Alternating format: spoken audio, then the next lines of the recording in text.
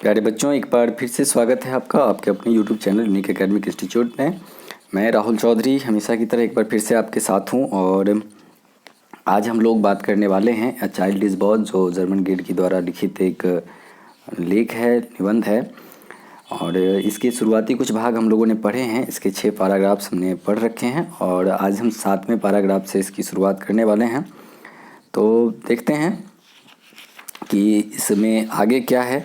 चलिए हम आगे की बात करें इससे पहले ये ज़रूरी है कि हम इस पे जो पीछे कुछ है जो हमने अभी तक पढ़ा है उस पर एक बार नज़र डालते हैं, एक बार चर्चा करते हैं। तो अगर आपने अपनी पुस्तक अपने साथ नहीं रखी है तो आप अपनी पुस्तक अपने साथ रख सकते हैं।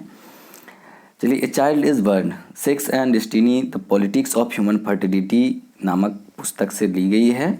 और यह पुस्तक जो है ये ऑस्ट्रेलिया के एक प्रसिद्ध नारीवादी यानी फेमिनिस्ट राइटर के द्वारा, जिसका नाम है जर्मन ग्रीड, उनके द्वारा लिखी गई है।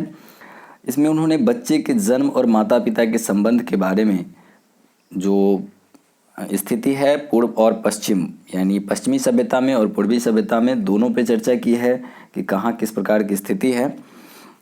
और इस पे काफ़ी मतलब विशेष रूप से इन्होंने चर्चा किया है। दोनों जगह की जो विशेषताएं हैं, विशिष्टता है, उसका पूरी तरह से अवलोकन किया है। इसके लिए इन्होंने अलग अलग लोगों के वक्तव्य भी इसमें शामिल किए हैं।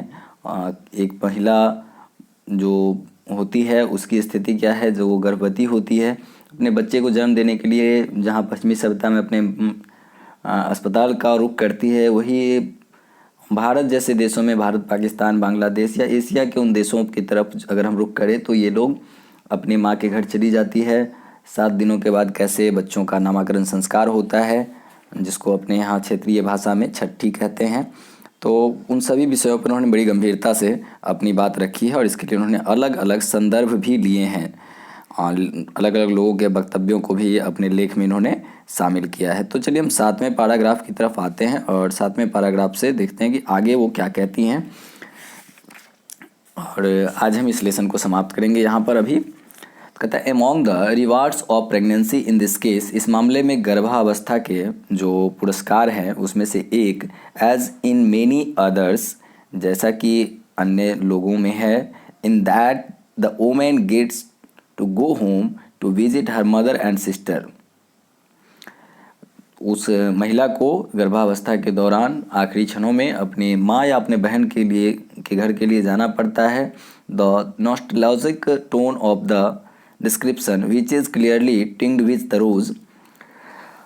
और कहते हैं कि जो स्पष्ट रूप से जो माहौल होता है वो गुलाब के पत्तियों की तरह होता है। Maybe the product of the construct that this young woman finds in England. और फिर वो एक संदर्भ ले रही हैं, कहती हैं कि शायद प्रोडक्ट यानी उत्पाद हो सकता है विपरीतता का भारतीय सभ्यता या एशियाई सभ्यता और पश्चिमी सभ्यता के बीच। तो ये जो एक महिला है, that this young woman finds in England, एक जवान महिला जिसने महसूस करती है इंग्लैंड में, वो जिस महिला की बात कर रही है अमृत विल्सन, जो कि एक राइटर है इंग्लैंड की, उनके बारे में बात कर रही हैं। और दूसरी जो बात करिए, another of the Asian women who found a voice in Amrit Wilson's books, Amrit Wilson की बुक की बात वो कर रही हैं कि उन्होंने जो महसूस किया है उस चीज़ को। तो मैंने पहले ही कहा था कि काफ़ी ज़्यादा संदर्भ का भी इस्तेमाल इन्होंने किया है। ऐसा नहीं है कि लेख बिल्कुल अपने मन से इन्होंने लिख दिया है। अपने लेख को लिखने के लिए जो उन्होंने संदर्भों का इस्तेमाल किया है उस पर भी चर्चा वो बार बार करती है कि इस संदर्भ में मैं ऐसा कह रही हूँ कि पश्चिमी सभ्यता में ऐसा होता है और एशियाई सभ्यता में या भारतीय सभ्यता में या पाकिस्तान या फिर बांग्लादेश में इस तरह का होता है। बंगाल का उदाहरण उन्होंने दिया है और बांग्लादेश का उदाहरण उन्होंने दिया है। तो वो कहती है कि अगर काफ़ी गंभीर दृष्टि से अगर देखा जाए तो अमृत विल्सन ने उसको फाउंड किया है, जज किया है। जो एक दूसरी एशियाई महिला कहती है, another of the Asian women who found a voice in Amrit Wilson book, एक दूसरी एशियाई महिला जिसने अमृत विल्सन की पुस्तक में उस चीज़ को पाया, keeps a similarly rosy picture of reading a child in Bangladesh, वह भी उसी तरह का मनमोहक तस्वीर पेश करती है जैसे बांग्लादेश में बच्चों के परवरिश के बारे में। तो अब देखिए क्या तस्वीर पेश करती हैं। ये एक संदर्भ है संदर्भ यानी कि अपनी बात की प्रामाणिकता को सिद्ध करने के लिए आपको उस बुक की कुछ पंक्तियां यहाँ पढ़ने के लिए मिल जाएंगी। In Bangladesh children under the age of 5 और 6 are looked after by the whole family. यानी बांग्लादेश में जब कोई बच्चा 5 या 6 वर्ष की अवस्था में होता है तो उसकी देखभाल पूरे परिवार के द्वारा की जाती है। अपने यहाँ भी खासतौर से ऐसा होता है, अगर ज्वाइंट फैमिली हो तो बच्चे की देखभाल की जिम्मेवारी पूरे परिवार की होता है। All the children of the joint family are looked after together. संयुक्त परिवार में ऐसा ही मैंने भी देखा था और कहा आपसे कि संयुक्त परिवार में, ज्वाइंट फैमिली में ऐसा होता है। तो संयुक्त परिवार के सभी बच्चों को एक साथ देखभाल किया जाता है, यानी कि सभी बच्चों की जिम्मेदारी कुछ लोगों को दी गई होती है जो परिवार के सदस्य ही होते हैं, और वो सभी बच्चों को एक समान रखते हैं या एक समान व्यवहार करते हैं। They are taken to the pond of for a bath perhaps by one daughter in law. उन लोगों को स्नान कराने की जो जिम्मेदारी होती है वो परिवार की एक बहू को दी जाती है जो उसको तालाब में ले जाए और स्नान कराए। हालांकि आज के डेट में ये तालाब शब्द तो आपको वाजिब नहीं प्रतीत होगा क्योंकि अब तालाब बचे नहीं हैं, बहुत कम बचे हैं। लेकिन वो जिस समय यह पुस्तक लिखी गई होगी, जिस समय यह निबंध लिखा गया होगा, उस समय शायद यही स्थिति रही होगी। शायद नहीं, मैं ये बात कह सकता हूँ कि बिल्कुल ऐसी ही स्थिति रही होगी। And she baths them all, और वही महिला परिवार के सभी बच्चों का स्नान कराती है जो उस परिवार की शायद बहू होती है। Then they all come in and sit down to eat, और फिर सभी एक साथ आते हैं और खाने के लिए बैठ जाते हैं। Perhaps the youngest daughter in law has cooked the meal. शायद सबसे छोटी बहू जो होती है परिवार की, उसकी जिम्मेवारी होती है खाना बनाना। अनदर वुमेन फीड्स देम, और दूसरी औरत यानी दूसरी बहू उन सभी लोगों को खाना खिलाती है, यानी सभी बच्चों को या परिवार के जो मर्द होते हैं उनको। एज फॉर प्लेइंग, जैसा कि खेलने की बात हो तो खेलने के लिए the children play out of doors with natural objects. तो बच्चे जो हैं वो नेचुरल ऑब्जेक्ट से खेलते हैं, यानी कि बाजार के खिलौनों की बजाय जो प्राकृतिक खिलौने होती हैं, प्राकृतिक वस्तुएं होती हैं उसके साथ खेलते हैं दरवाजे के बाहर। Here people say that Asian children don't play with toys. यहाँ लोग कहते हैं कि जो एशिया के बच्चे होते हैं, इंग्लैंड के लोगों का ऐसा कहना है कि एशिया के जो बच्चे होते हैं वो खिलौनों के साथ नहीं खेलते। In Bangladesh they don't need toys, Bangladesh में उन्हें खिलौनों की ज़रूरत नहीं है। They make their own simple things, वे खुद की सरल चीज़ें बनाते हैं। आपने भी गाँव में देखा होगा कि लोग छोटे छोटे टायर के टुकड़े को व्हील की तरह यूज़ करते हैं, चक्के की तरह यूज़ करते हैं, उसमें एक लकड़ी का डंठल लगाते हैं और फिर उस गाड़ी से बहुत सारा सामान कैरी करते हैं। तो ऐसा होता है, तो उसी को ये लिखा जा रहा है यहाँ पे। They make their own simple things, वे खुद की सरल चीज़ें बनाते हैं खेलने के लिए, खिलौने के रूप में। In the afternoon they love to hear रूप थोका। तो रूप थोका एक फेरी टेल्स है, एक कहानी है। तो दोपहर के समय में वे परी कथा फेरी टेल सुनना पसंद करते हैं। Maybe there is a favourite aunt, शायद यह एक पसंदीदा चाची होती है जो सबको कहानी सुनाती है। आपने ऑब्जर्व किया होगा कि बचपन में आपको अभी दादी और नानियों ने कहानियाँ सुनाई होगी, तो दोपहर के समय उन बच्चों को कहानियाँ सुनाई जाती है सोने के लिए। सी टेल्स देम दीज स्टोरीज, तो वो महिला जो सबकी पसंदीदा होती है, जिनके साथ बच्चे बैठना पसंद करते हैं, वो सभी बच्चों को कहानियाँ सुनाते हैं। But at night when they get sleepy, लेकिन रात में जब उसे नींद आती है, जब बच्चों को, they always go to their mothers and sleep in their एम्बेंस। तो वो क्या होता है कि जब रात को उनको सोना होता है तो अपनी माँ के पास ही जाते हैं, दिन भर कोई देखभाल करे, लेकिन रात को बच्चे अपनी माँ के पास जाते हैं और माँ के गले में हाथ डालकर ही सोते हैं। यह एशिया की परंपरा है जिसको इंग्लैंड में लिखा जा रहा है। But other women do help a lot, लेकिन अन्य महिलाएं अवश्य ही बहुत मदद करती है। In fact they have such strong relationship with the child that it is not uncommon for them to be called big mother और स्मॉल मदर। वास्तव में घर की जो अन्य महिलाएं होती है, बच्चों के साथ उनका जो संबंध होता है वो बड़ा ही गहरा होता है। और आपने में भी बहुत सारे ऐसे लोग होंगे जो अपनी आंट को, अपनी चाची को बड़ी माँ या छोटी माँ कहकर बुलाते हैं। तो ये उसी संबंध में कह रही हैं कि इतना प्रगाढ़ होता है संबंध उन लोगों का बच्चों के साथ, अन्य महिलाओं का, कि वो उनको बड़ी माँ यानी बिग मदर और स्मॉल मदर कहकर ही बुलाती है। तो ये 7वां पैराग्राफ हो गया। अब 8वें पैराग्राफ की बात हम लोग करते हैं। 8वें पैराग्राफ में देखिए क्या कहती हैं। All technological changes causes social problems. The impact of western medicine in traditional societies is one of the most problematic areas of modernisation.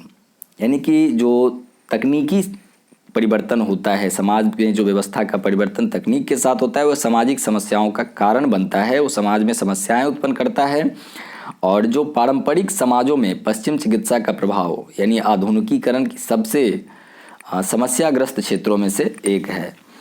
तो यहाँ वो जो कह रही हैं कि जो टेक्नोलॉजी का प्रवेश होता है समाज में, वो निश्चित रूप से कहीं न कहीं समस्या पैदा करता है। और जो आधुनिकीकरण है यानी मशीनी चिकित्सा जो है वह सबसे ज़्यादा समस्याग्रस्त है और सबसे ज़्यादा समस्या उत्पन्न करता है। The prestige of the wide course in एम्बेरस हाइपोडेमिक्स टोटल।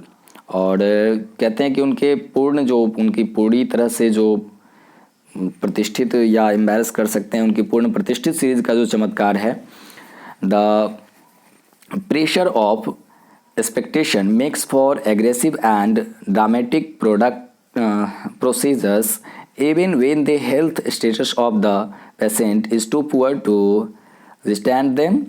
कहते हैं कि डॉक्टरों से उम्मीदों का दबाव प्रक्रिया में जो होता है वह उसको एक प्रकार से बोझिल बना देता है, आक्रमणकारी कह सकते हैं कि बना देता है, या नाटकीय कह सकते हैं कि बना देता है। और वे जब भी तब रोगी के शरीर से ये सब सहन करने के लिए योग्य नहीं होता है। यानी कि जो तकनीकी मदद से बच्चों का जन्म होता है वो बड़ा ही बुझाऊ, बोझिल करने वाला, उबाने वाला होता है। और उसमें जो पीड़ा होती है माताओं को वो सहने के योग्य उनके शरीर हो भी सकती है और नहीं भी हो सकती है। तो जहाँ ये बात कर रही है कि जहाँ ग्रामीण परिवेश में, एशिया के क्षेत्र में, जहाँ बच्चों का जन्म बड़ी सरलता के साथ माता पिता यानी माँ और अन्य महिलाओं के सहयोग से हो जाता है, वहीं जो तकनीकी चीज़ें आती है तो वो कष्टकर होता है और उससे परेशानी बढ़ती है। Allopathic doctors in present communities are dependent upon expensive drugs, sparkling equipments and lots of electricity. कहते हैं कि जो एलोपैथिक डॉक्टर होते हैं कृषक के समाज में उनकी महंगी दवाई और जो शानदार से औजार होते हैं वो अत्यधिक बिजली पर निर्भर होते हैं। Most of use they have not got in sufficient quantity, जिसमें से अधिकतर चीज़ें उसे पर्याप्त मात्रा में नहीं मिल पाती है।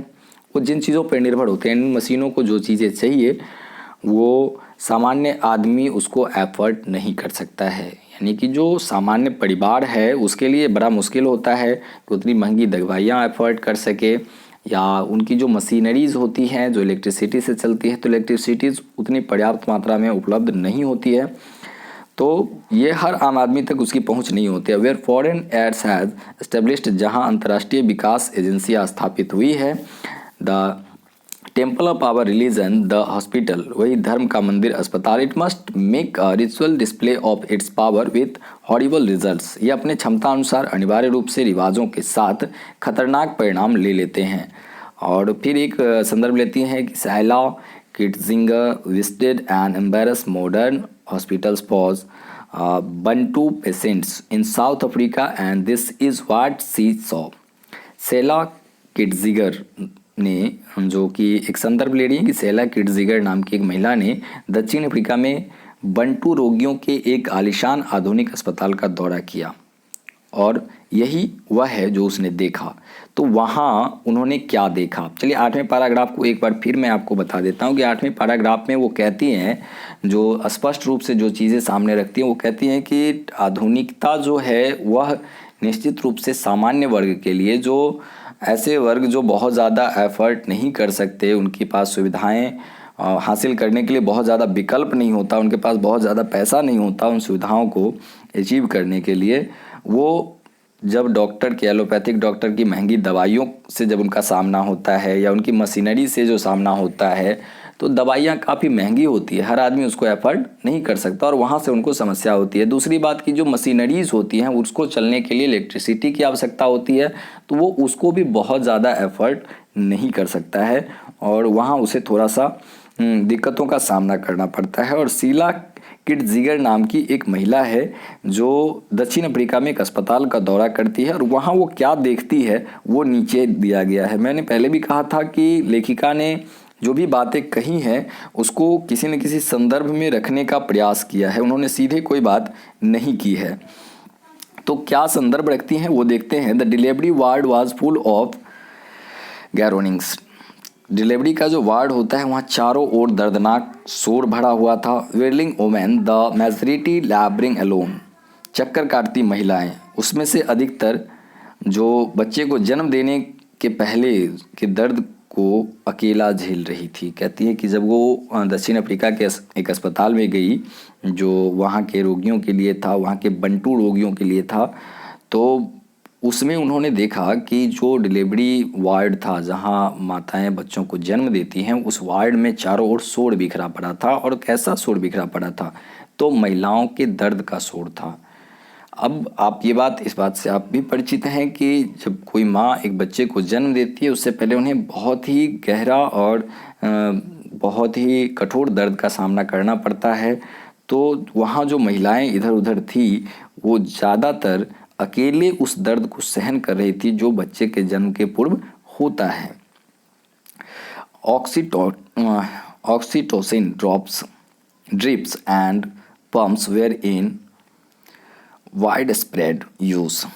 ऑक्सीटोसिन जो एक दर्द निवारक दवाई होती है, तो ऑक्सीटोसिन के ड्रॉप और पंप बड़े पैमाने पर इस्तेमाल हो रहे थे। यानी कि जहां उस समय आप अपने समाज की अगर बात करें, एशियन समाज की बात करें, तो आप महसूस करेंगे कि दर्दों को सहन करने के लिए जितनी आवश्यकता होती है किसी व्यक्ति को दवाइयों की, उससे कहीं ज़्यादा आवश्यकता होती है सहानुभूति की, और वो सहानुभूति परिवार से मिल जाता है, जबकि वहाँ तो कोई सहानुभूति प्रदान करने वाला होता नहीं है।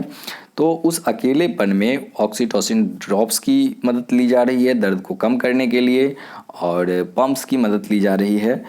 तो काफ़ी संख्या में, काफ़ी मात्रा में इन चीज़ों का इस्तेमाल वहाँ पर हो रहा है, दर्द निवारक दवाइयों का। This was the meeting place of the old African and the new technology of the West।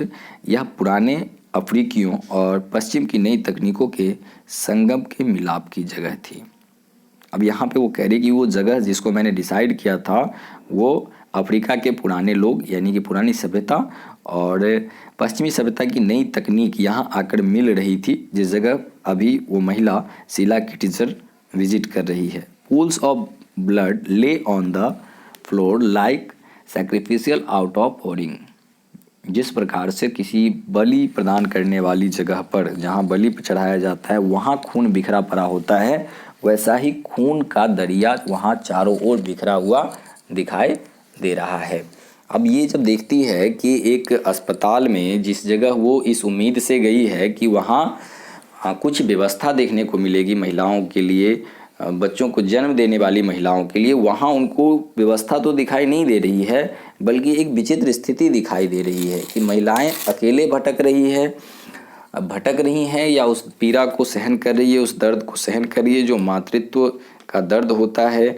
बच्चे के जन्म से पूर्व माँ को जिस दर्द का सामना करना पड़ता है उस दर्द को वो अकेले सहन कर रही है।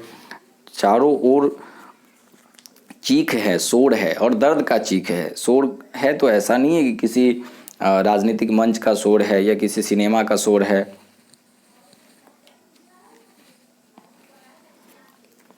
यह शोर दर्द का शोर है, जो दर्द महिलाओं को बच्चे के जन्म के समय होता है वो शोर है जो चारों ओर बिखरा पड़ा है। और तो और वो देखती है कि वहाँ इस्तेमाल बहुत ही ज़्यादा मात्रा में या बहुत ही ज़्यादा संख्या में दर्द निवारक गोलियों का, ड्रॉप्स का हो रहा है, और चारों ओर फर्श पे खून बिखरे पड़े हैं। खून ऐसे बिखरे पड़े हैं, उन माताओं के खून बिखरे पड़े हैं जो बच्चे को जन्म देने के लिए आई है या जो अभी जन्म देकर बच्चे को यहाँ से गई है, उनके खून बिखरे पड़े हैं।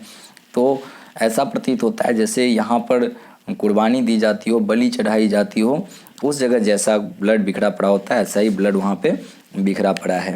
And Bantu nurses were happy to leave them there as a witness of the blessings of the earth. और जो बंटू नर्स है वहाँ पे जो उनको जिम्मेदारी दी गई है गवाह के रूप में उन्हें पृथ्वी के आशीर्वादों पर वहाँ छोड़कर खुश थी। कहती है कि बंटू नर्सेज अपने में व्यस्त है, अपने में मस्त है, उनको उनके दर्द से, पीड़ा से, कष्ट से कोई लेना देना नहीं है, उनको भगवान भरोसे वहाँ पे छोड़ करके वो निश्चिंत है। वाइल दे बिज्ड देमसेल्फ, जब वे खुद को उलझाए रखी थी, सभी नर्सें, ऐसा प्रतीत हो रहा था, बिजी विदाउट वर्क हम लोग जो कहते हैं वही है। तो सब उलझी हुई है किसी न किसी काम में, लेकिन वो कोई भी उन माताओं का केयर करने में सक्षम नहीं है या उस पर ध्यान देना नहीं चाहती। सबको उसने भगवान के भरोसे छोड़ दिया है। With technological sophisticated modern equipment, तकनीकी की रूप से परिष्कृत आधुनिक उपकरणों के साथ महिलाएं जो हैं, वो नर्सेज जो हैं, वो सब उलझी हुई हैं। कहाँ व्यस्त है? तो उन तकनीक के साथ उलझी हुई जो मशीनें उनको मिली है, क्योंकि उनके लिए ये नई चीज़ है, तो खुद को उन्हीं में उलझा करके उन लोगों ने रखा है। और जो गर्भवती महिलाएं हैं वो खून से लथपथ चिल्ला रही हैं दर्द से चारों ओर, और उन नर्सेज का ध्यान उसकी तरफ नहीं है।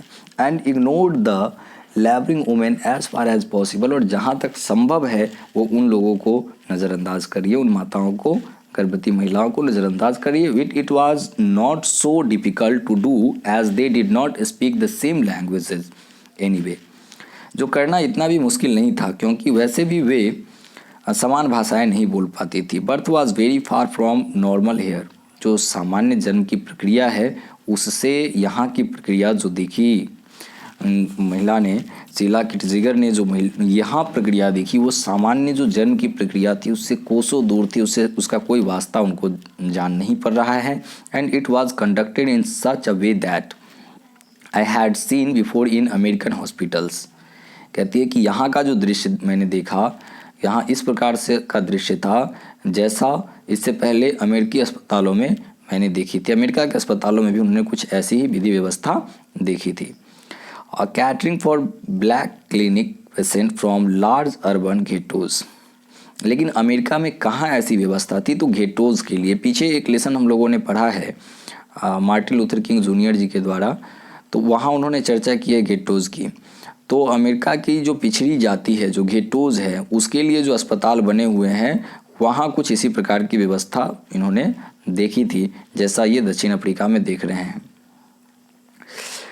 Impressional conveyor belt obstetrics, a compounded by a plethora of technical innovations and machinery, जिसमें तकनीकी नवाचार और मशीनरी के साथ जो जन्म देने वाली माताएं हैं, जो गर्भवती महिलाएं हैं, वो कन्वेयर बेल्ट भी शामिल हैं। तो ये व्यवस्था जो ये चर्चा कर रही हैं 8वें पैराग्राफ में, वो उस व्यवस्था की चर्चा कर रही है कि आधुनिक समाज में जहाँ तकनीक उपलब्ध है, जहाँ तकनीकी सुविधाएं उपलब्ध है, वहाँ की व्यवस्था कैसी है माताओं को के लिए। जब वो बच्चों को जन्म दे रही होती हैं, गर्भवती महिलाओं को वहाँ किस प्रकार की सुविधा उपलब्ध है, तो उसका वर्णन आपने 8वें पैराग्राफ में देखा। मैंने पहले भी कहा कि यह एक लेख है, और इस लेख को इसकी जिम्मेदारी उन्होंने स्वयं अपने कंधे पर नहीं ली है, क्योंकि इस लेख में उन्होंने कई संदर्भ दिए हैं, अलग अलग लोगों के, अलग अलग लेखकों के, अलग अलग विद्वानों के संदर्भ उन्होंने इसमें रखे हैं। तो जब ऑब्जेक्टिव क्वेश्चन आप इसका तैयार कर रहे होंगे तो आपके लिए ये महत्वपूर्ण होगा कि आप उन संदर्भों पर भी विशेष ध्यान दें, क्योंकि आप जानते हैं कि बिहार विद्यालय परीक्षा समिति जो है वो ऑब्जेक्टिव पैटर्न पर आधारित है। तो ऑब्जेक्टिव तैयार करते समय आपको इस बात का ध्यान रखना चाहिए। If we turn birth from a climatical personal experience into a personal disaster. अब हम 9वें पैराग्राफ की तरफ आते हैं। तो 9th पैराग्राफ में क्या है देखिए, कहते हैं if we turn birth from a climatical personal experience into personal disaster, अगर हम जन्म को एक व्यक्तिगत अनुभव से व्यक्तिगत आपदा में बदलते हैं, it matters little that the result is more likely to be a live child. तो इस समय एक स्थिति उत्पन्न हो जाती है कि बच्चे के जन्म के बाद जीवित होने की संभावना जो है वो बहुत कम होगी। यानी कि उस कंडीशन में जब हम स्वयं से व्यक्तिगत अनुभव का इस्तेमाल कुछ इस तरीके से करते हैं कि वो व्यक्तिगत आपदा बन जाए, तो एक खतरा जो है वो बना रहता है बच्चे की मृत्यु होने की। Women will not long continue to offer up their bodies and minds to such brutally, especially if there is no one at home to welcome the child, to prize the more for her courage and to help her rise it। कहते हैं कि कोई भी महिला अपने शरीर और दिमाग को इतना क्रूरता सहने के लिए तैयार करके नहीं रखा होता है। कोई महिला इसलिए तैयार नहीं होती कि उसको इतनी पीड़ा सहन करनी होगी, खास तौर से तब जब वो बच्चे को जन्म देने के बाद अपने घर आए और उसका स्वागत करने के लिए, उसका साहस बढ़ाने के लिए, उसकी प्रशंसा करने के लिए घर पे कोई नहीं हो, यानी कि ऐसा माहौल उसको नहीं मिले जहां उसके साथ लोग सहानुभूति से पेश आए, तो यह ज़्यादा दिक्कत हो जाती है महिलाओं के लिए। और इस कंडीशन में जच्चा यानी माँ और बच्चा यानी नवजात शिशु, इसके मरने के चांसेस, इसके खराब होने के चांसेस बहुत ज़्यादा हो जाते हैं। In fact present communities are more level head and special of us and our methods than we realise. कहते हैं कि वास्तव में हम जो समझते हैं, हमारे समझ से कहीं अधिक ग्रामीण समुदाय और भी अधिक मौन है और हमें और पद्धति को संदेश से देखते हैं। कहते हैं कि यही कारण है कि जो ग्रामीण समुदाय है वह आज भी विश्वास करना नहीं चाहता है इस तकनीक पर, इस स्वास्थ्य व्यवस्था पर, और मौन होकर के हमारी पद्धति जो है, हमारी जो तकनीकी पद्धति है उसको संदेह की दृष्टि से देखता है, यानी शक की दृष्टि से देखता है। And they have realised the intrusions of our chromium plated technological more successful than we like to think. और उन लोगों ने हमारे क्रोमियम चढ़ाया हुआ जो टेक्निक है उसके घुसपैठ का सफलतापूर्वक विरोध किया है, और इसलिए उन्होंने नज़रअंदाज कर दिया है किस चीज़ को, जो यह तकनीक का युग है, जो एलोपैथिक ये एज है, उसको स्वीकार नहीं किया है ग्रामीण लोगों ने। हालांकि इस बात से वो इनकार नहीं करती हैं कि ग्रामीण परिवेश में भी जच्चा और बच्चा की मृत्यु का भय बना रहता है। They know that death attends too frequently in the traditional birth place. वे जानते हैं कि पारंपरिक जन्म स्थान पे मौत बहुत अधिक उपस्थित होती है।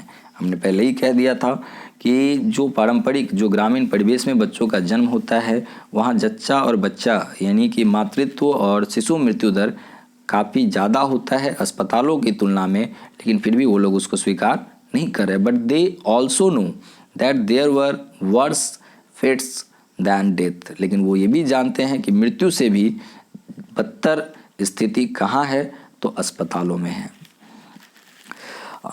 Nevertheless, all that stops our technology from reaching into every hut and hovel in poverty। फिर भी वो सभी जो रोकती हैं हमारी तकनीक को हर झुग्गी और झोपड़ी तक पहुंचने से, वह है गरीबी। तो दो चीज़ें यहाँ निकल कर आती हैं कि तकनीकों को अगर नहीं पहुँच पा रही है हर आम आदमी तक, तो उसका एक कारण तो यह है कि वो हमारी जो प्रक्रिया है इससे संतुष्ट नहीं है, उसको बहुत ही भयावह मानती हैं या बहुत ही ख़राब मानती है, संदेह की दृष्टि से देखती है। और दूसरा ये है कि वो जो गरीब लोग हैं, जो झुग्गी झोपड़ी में रहने वाले लोग हैं, जो पॉवर्टी में रहते हैं, ऐसे लोगों की पहुँच भी उस तकनीक तक नहीं है, यानी कि वो एफर्ट नहीं कर सकते, उन चीज़ों को हायर नहीं कर सकते। तो यह भी एक कारण होता है। The cultural hegemony of western technology is total. पश्चिमी तकनीक का सांस्कृतिक प्रभाव बहुत बड़ा है। हालांकि पश्चिमी जो आधुनिक सभ्यता की तकनीक है उसका सांस्कृतिक प्रभाव जो है वो काफ़ी बड़ा है। अब अंतिम और 10वें पैराग्राफ की ओर हम आते हैं। The voices of a few women राइज्ड in warning can not be heard over the humming and throbbing of our machines। चेतावनी जो है उठाई गई कुछ महिलाओं की आवाज़ें हमारी मशीनों की गनगनाहट और धमक में नहीं सुनी जा सकती। कुछ महिलाएं जो इस सब के विरोध में आवाज़ उठाती हैं वो दब जाती है आधुनिकता की इन मशीनों की जो आवाज़ है, जो उसकी धमक है, जो उसकी चकाचौंध है, उसमें दब जाती है। Which is probably just as well, जो एक बहुत बड़ी बात है, एक बहुत बड़ी समस्या है समाज के लिए। For it we succeed in crushing all pride and dignity out of child bearing. अगर हम बच्चे के पालन पोषण के सभी गर्व और गरिमा को कुचलने में सफल होते हैं, the population explosion will take care of itself. जनसंख्या विस्फोट स्वयं नियंत्रित हो जाएगी। तो यहाँ जो इनका मूल ध्येय हमको दिखाई देता है वो राइटिंग का, इस निबंध के लेखन का, तो वो ये चीज़ कह रही हैं कि कोई आवश्यकता नहीं है कि जनसंख्या नियंत्रण के लिए, जो जनसंख्या विस्फोट है उसको रोकने के लिए आप कोई अलग से कदम उठाएं या कुछ और करें। अगर इस प्रकार से ग्रामीण परिवेश में सुविधाओं के अभाव में मातृ मृत्यु दर और शिशु मृत्यु दर बढ़ता रहे और शहरी परिवेश में लापरवाही के कारण अगर ये चीज़ें होती रही और उससे लोग भागते रहे, तो आपको बहुत ज़्यादा प्रयास करने की आवश्यकता नहीं है। स्वतः ही जनसंख्या जो है वह नियंत्रित हो जाएगी, अर्थात जनसंख्या विस्फोट जो है वो अपने आप रुकने लगेगा। उसमें आपको कुछ अलग से करने की आवश्यकता नहीं होगी। तो ये जर्मन ग्रीड के द्वारा रचित एक लिखित एक निबंध है, एसे है, जिसमें उन्होंने कई संदर्भ लिए हैं और काफ़ी विस्तार से अगर आप इस पूरे लेसन को, जो पिछला वीडियो हमने बनाया है उसको और इसको देखते हैं, तो निश्चित रूप से आपको जो भारतीय संस्कृति में बच्चों की जन्म की परंपरा है, हालांकि कुछ बदलाव पिछले कुछ वर्षों में आया है। अब ज़्यादातर महिलाएं बच्चे के जन्म के लिए अस्पताल का रुख करती हैं और कहीं न कहीं इसमें सरकार का योगदान भी जो है वह सराहनीय है। उन्होंने कुछ सुविधाएं उपलब्ध कराई हैं, लेकिन आज भी जो सहयोगी होती हैं, जो सहायिका होती हैं, जो अस्पताल की, उनका योगदान आज भी उदासीन है। वो अपने कर्तव्य के प्रति आज भी उदासीन दिखाई देती है। और जो एलोपैथिक डॉक्टर्स हैं उनकी भी बात अगर हम करें तो वो भी कहीं ना कहीं उदासीन है और ख़ास तौर से मेडिसिन का इस्तेमाल, दर्द निरोधक दवाइयों का इस्तेमाल, ये सब काफ़ी संख्या में होता है, जो निश्चित रूप से कहीं न कहीं महिलाओं को प्रभावित करता है, उनके शरीर को प्रभावित करता है, उनके मानसिकता को प्रभावित करता है। तो यह लेख लिखने का उद्देश्य निश्चित रूप से उनका ऐसा रहा है कि यह स्थिति में बदलाव लाने की आवश्यकता है, चाहे वो पश्चिमी सभ्यता हो या एशिया की सभ्यता हो, भारत, पाकिस्तान, बांग्लादेश जैसे गरीब देशों की स्थिति हो, तो इसमें बदलाव लाने की आवश्यकता है। तभी मातृ मृत्यु दर और शिशु मृत्यु दर को रोका जा सकता है। तो जाते जाते उन्होंने इसमें व्यंग भी एक बहुत ही खूबसूरत कर दिया है। आशा करता हूँ बच्चों कि आपको ये वीडियो समझ में आएगा और अगर आपको ये वीडियो अच्छा लगता है तो इसको लाइक करें, शेयर करें, सब्सक्राइब करें और अन्य बच्चों से भी साझा करें। हम मिलेंगे फिर एक नए वीडियो के साथ, एक नए लेसन के साथ। तब तक के लिए गुड बाय।